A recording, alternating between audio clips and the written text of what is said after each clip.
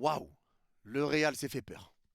Salut les fraudes, j'espère que vous allez bien. On se retrouve pour une nouvelle vidéo débrief du match entre le Real Madrid et Alaves. Victoire 3 buts à 2 du Real Madrid dans un match épique, un match qui était dominé par le Real, facile pour le Real. Et en 2 minutes, tu prends 2 buts, 85, 86e, et tu te fais peur. Donc il y a eu un relâchement du Real Madrid, de par des changements, etc. C'est vrai que le Real s'est fait peur, c'est vrai que s'il y avait eu 3-3, ça aurait été dramatique et ça aurait été une remontada historique. Mais en tout cas, aujourd'hui, mis à part ces 2 buts de la part de Alaves, mis à part ce relâchement du Real, aujourd'hui, il faut le dire clairement, je vois un bon match du Real Madrid.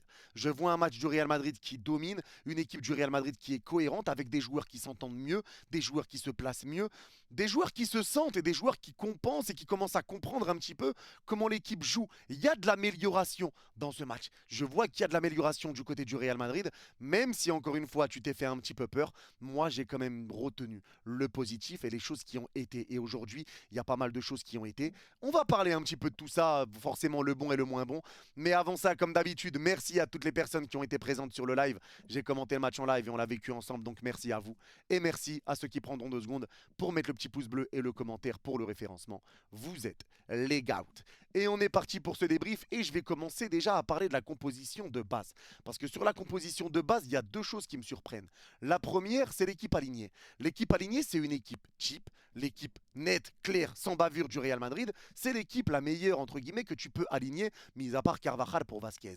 Et moi, quand je vois cette compo, je me dis, oh, Carlo ne veut pas faire tourner, en sachant que tu joues l'Atlético Madrid dimanche, c'est peut-être risqué. Maintenant, il y a aussi un autre problème à prendre dans un autre sens, c'est que peut-être que Carlo ne voulait pas perdre de points justement avant d'aller jouer l'Atlético Madrid, parce que si tu perdais des points avant de jouer l'Atlético, c'était peut-être un risque. Donc c'est vrai que j'ai été surpris qu'il ne fasse pas souffler aujourd'hui ses joueurs. La deuxième surprise, c'est l'absence de Hendrick. Bobby Hendrick qui était annoncé titulaire, il ne l'a pas été. Alors on a appris que c'était peut-être une gêne qui l'a empêché de commencer, mais au final il est rentré, donc ça se tient pas réellement. Mais voilà pour les deux choses qui m'ont surpris sur la compo de départ. Mais derrière, le Real commence le match et le Real commence bien. Le Real fait une très bonne première mi-temps et le Real ouvre le score au bout d'une minute. Masterclass de Vinicius. Sur le côté, sur un coup franc joué vite. Vini côté gauche. Allez, les gestes techniques, l'accélération, la passe retrait pour Vasquez très bien placée. Ça ouvre le score. Mais aujourd'hui, les gars, vraiment, j'ai envie de le dire et c'est important de le dire. J'ai vu beaucoup de mieux du côté du Real Madrid. Et surtout sur la première mi-temps, parce que sur la deuxième mi-temps, forcément, ceux qui vont dire ouais, 3-2, ils ont failli perdre, etc. Oui, le Real Madrid a failli se faire remonter. Mais parce que le Real Madrid menait 3-0, le match était facile, le match était maîtrisé. Et derrière, tu as levé le pied, forcément, tu as moins accéléré. Et quand tu as un match contre l'Atlético Madrid qui arrive, ça peut se comprendre. Mais derrière, avec des changements, tu t'es fait peur. Tu t'es vraiment fait peur parce qu'il y a eu 2 buts en 2 minutes pour les bons vieux joueurs d'Alaves. Donc là, tu t'es fait peur et ça aurait pu être un drame. Et forcément, après, on va parler des remplaçants, etc. et de ce qui s'est passé sur la fin. Mais sur la première mi-temps, moi, je vois une équipe du Real Madrid qui est solide. Une équipe du Real Madrid qui est cohérente, avec des joueurs qui sont bien placés, avec une équipe, j'ai l'impression, qui commence à se comprendre petit à petit, avec des automatismes qui commencent à arriver. Et pour tous ceux qui vont dire c'était à Alaves, hein, ça sert à rien de s'emballer, c'était à Alaves, mais on n'a plus le droit de parler. On n'a pas le droit de le dire quand ça va pas, on n'a pas le droit de le dire quand ça va bien, on peut plus rien dire en fait. Et tous ceux qui vont dire mais c'était à Alaves, qu'est-ce que vous auriez dit si le Real avait perdu? Qu'est-ce que vous auriez dit? Ah, ah, encore nul, nul. Si Mbappé n'avait pas marqué, ah, nul, nul. Et là, vous dites il a marqué que contre Alaves. Mais les gars, à un moment donné, il n'y a plus de bonne réponse pour le Real Madrid, j'ai l'impression. J'ai l'impression vraiment qu'il n'y a plus de bonne réponse pour le Real et pour Mbappé. Parce que peu importe ce qu'ils font, il y aura toujours une critique. Peu importe ce qu'ils font, ça va être critiqué. Et c'est ça qui commence à être peut-être dur, dur à encaisser. Je pense dur à vivre aussi pour les supporters du Real. Mais aujourd'hui, il faut parler français. Et je pense que les gens objectifs te le diront. La première mi-temps du Real Madrid est très bonne. Avec des joueurs intelligents, avec des placements intelligents, avec des joueurs qui commencent à avoir des automatismes. Et forcément, je vais commencer par parler de l'attaque. Une attaque du Real Madrid avec aujourd'hui, oui, tu vois Vinicius qui était quand même un petit peu proche d'Mbappé sur certaines phases de jeu, mais aujourd'hui, moi je vois une équipe du Real et une attaque madrilène qui commence à respecter son poste avec Vinicius qui reste bien à droite, à gauche, pardon, Rodrigo qui reste bien à droite et Mbappé qui essaye un peu d'être dans l'axe, de décrocher un peu, de partir à gauche, d'être un petit peu plus libre. Mais en tout cas, je trouve que Mbappé aussi est bien resté dans l'axe.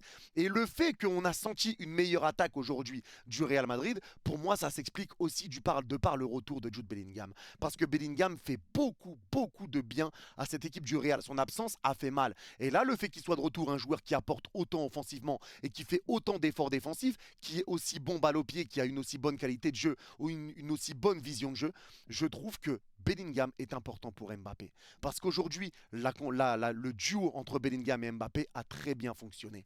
Et je pense que Bellingham fait du bien pour aider Mbappé dans son placement et pour l'aider justement à trouver un petit peu ses marques et à savoir un petit peu où se placer. Je pense que Jude fait vraiment du bien pour l'attaque du Real Madrid. Et aujourd'hui, moi je vois un Vinicius qui est très bon, un Mbappé qui est très bon et un Rodrigo qui est très bon. Et ça, c'est une réalité. Les trois aujourd'hui, pour moi, ont été bons. Et je vais commencer par Mbappé. Parce qu'aujourd'hui, Mbappé, c'est quand même un match où tu le sens qu'il est beaucoup plus serein. Un match où il arrive à décrocher, un match où il touche des ballons, un match où il est bien dans l'axe, où il peut partir côté gauche, où il combine avec Vini, où il combine avec Jude. Il arrive à trouver un peu des combinaisons. Il a moins de déchets. Le but qu'il met, c'est un but qui est juste exceptionnel. Le deuxième but, le 1-2 avec Bellingham, alors que c'est lui qui a la balle au départ. Petite Madjer en passe. Bellingham, il y a l'appel de Mbappé. Bellingham le lance et derrière Mbappé crochet externe du droit, frappe du droit enchaîné.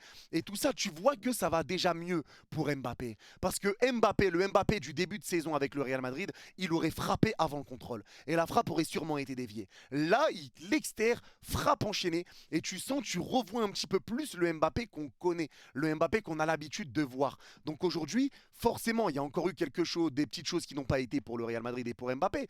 Mais aujourd'hui, Mbappé fait son match. Et j'ai envie de dire que c'est son match référence pour l'instant.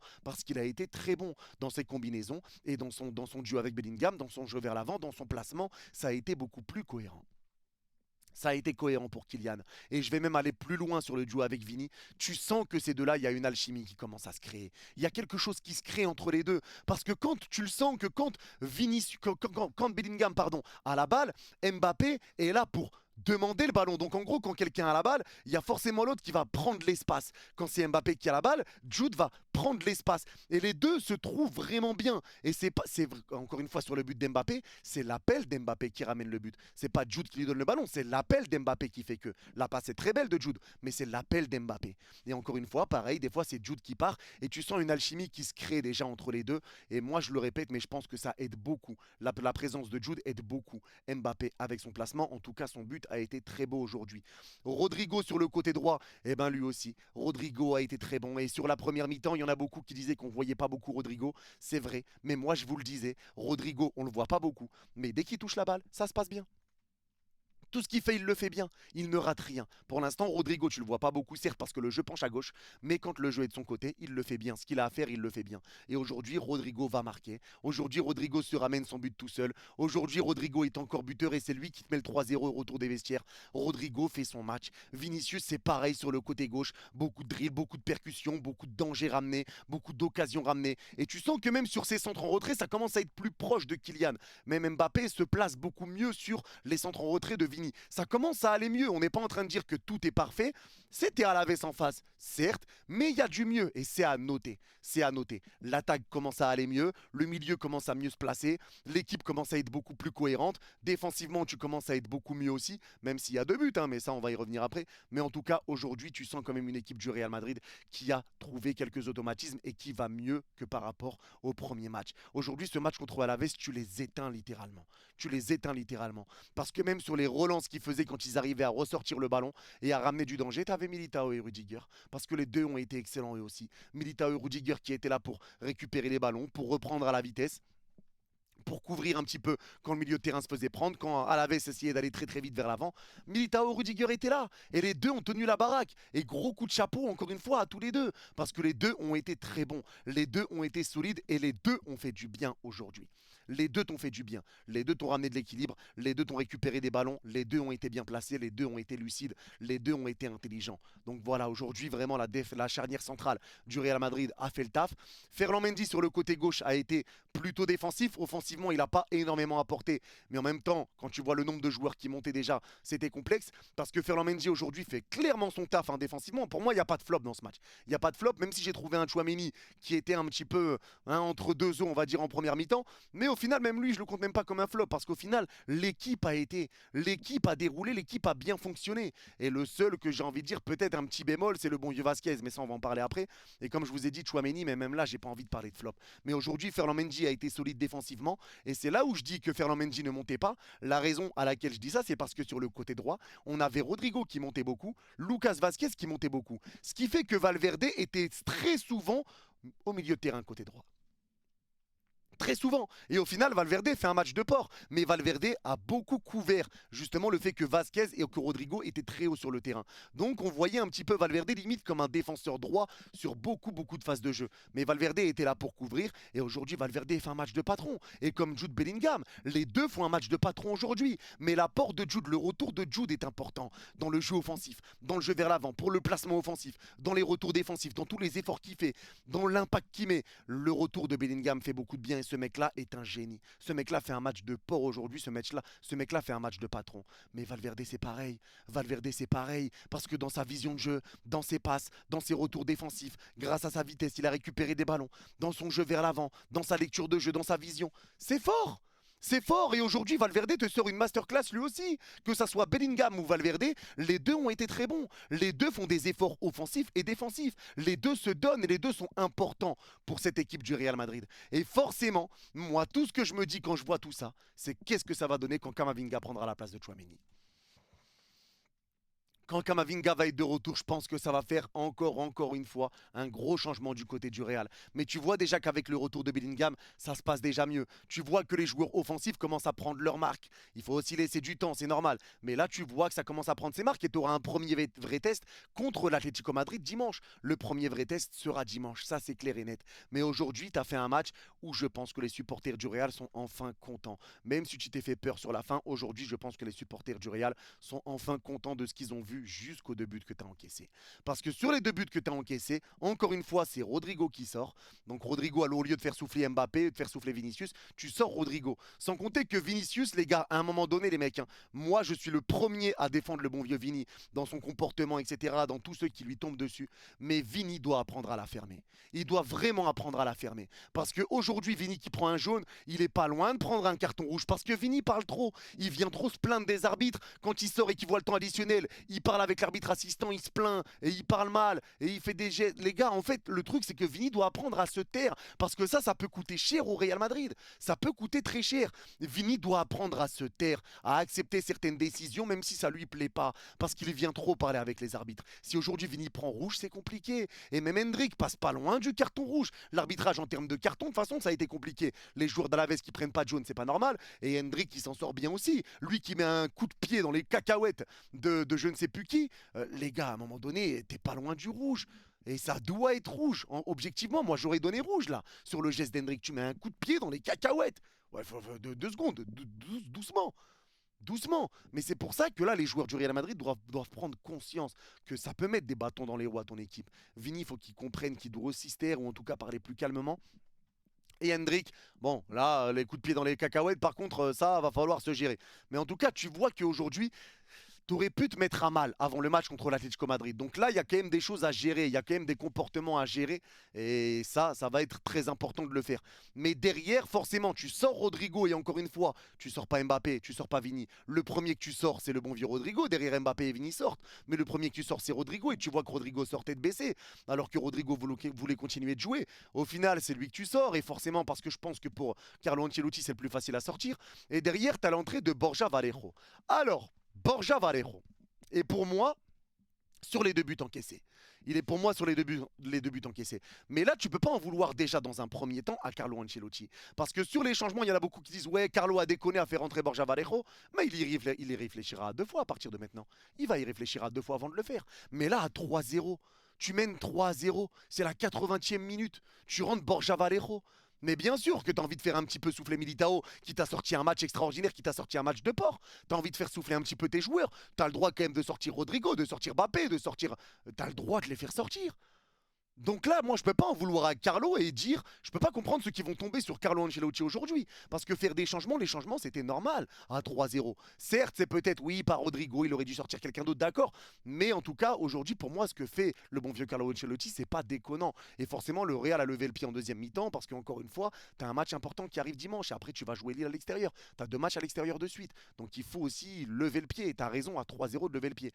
Maintenant, ça aurait pu te coûter cher. Mais en tout cas, pareil, le bon vieux Borja Vallejo fait une entrée qui est catastrophique. Mais Lucas Vasquez est responsable sur le premier but. Parce que Lucas Vasquez, on peut dire ce qu'on veut, Lucas Vasquez qui a été buteur, etc. Mais Lucas Vasquez défensivement, c'est quand même critique. Et Lucas Vasquez dans ses relances, c'est critique. Lucas Vasquez peut coûter des buts au Real Madrid quasiment à chaque match.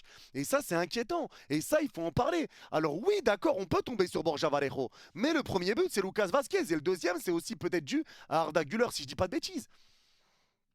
Donc les gars, il y a un moment donné, il faut aussi jauger. Vallejo fait une entrée catastrophique, mais il n'est pas aidé non plus par la passe de Lucas Vasquez sur la réduction de l'écart. Lucas Vasquez fait une passe pour Chouameni, ils s'entendent pas, c'est récupéré, passe latérale, frappe, entrée de surface de Benavidez et ça fait but. Et ça fait but tout simplement. Donc oui les gars, il y a le bon vieux Borja Vallejo, mais c'est pas le seul.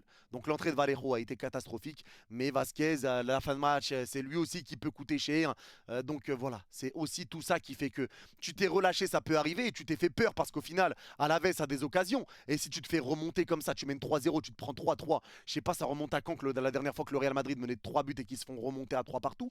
Mais t'es pas loin de quelque chose d'historique là pour Alaves. Et t'es pas loin pour le Real Madrid de chuter et de gâcher tout ce que t'as fait sur le début de match à cause de ça, à cause des changements, à cause d'avoir levé le pied et d'être moins concentré sur la fin de match. T'as failli te faire peur et au final, sur la fin de match, Alaves a poussé et là, t'étais dans le dur. T'étais dans le mal, donc tu t'es quand même fait très très peur. Mais au final, le Real Madrid fait l'essentiel. Le Real Madrid s'impose. Le Real Madrid prend les 3 points avec du beau jeu malgré tout. Du beau jeu, du beau football. Une équipe qui était beaucoup plus cohérente avec un bon Mbappé, un bon Vini, un bon Rodrigo, un bon Valverde, un bon Bellingham, un bon Rudiger, un bon Militao. Au final, l'équipe a bien joué. Un bon Mendy, un bon... Voilà, l'équipe a bien joué au final. Et même si tu t'es fait perdre, mais si tu as craqué sur la fin, faut pas que ça enlève tout ce qui a été fait avant. S'il y avait eu nul, ça aurait sûrement tout enlevé. Mais faut pas enlever tout ce qui a été fait avant. Ça a été beaucoup mieux. Il y a eu de l'amélioration, il y a des choses qui vont mieux. Et maintenant, le premier test, je le répète, sera contre l'Atlético Madrid dimanche. Et j'ai hâte de le voir.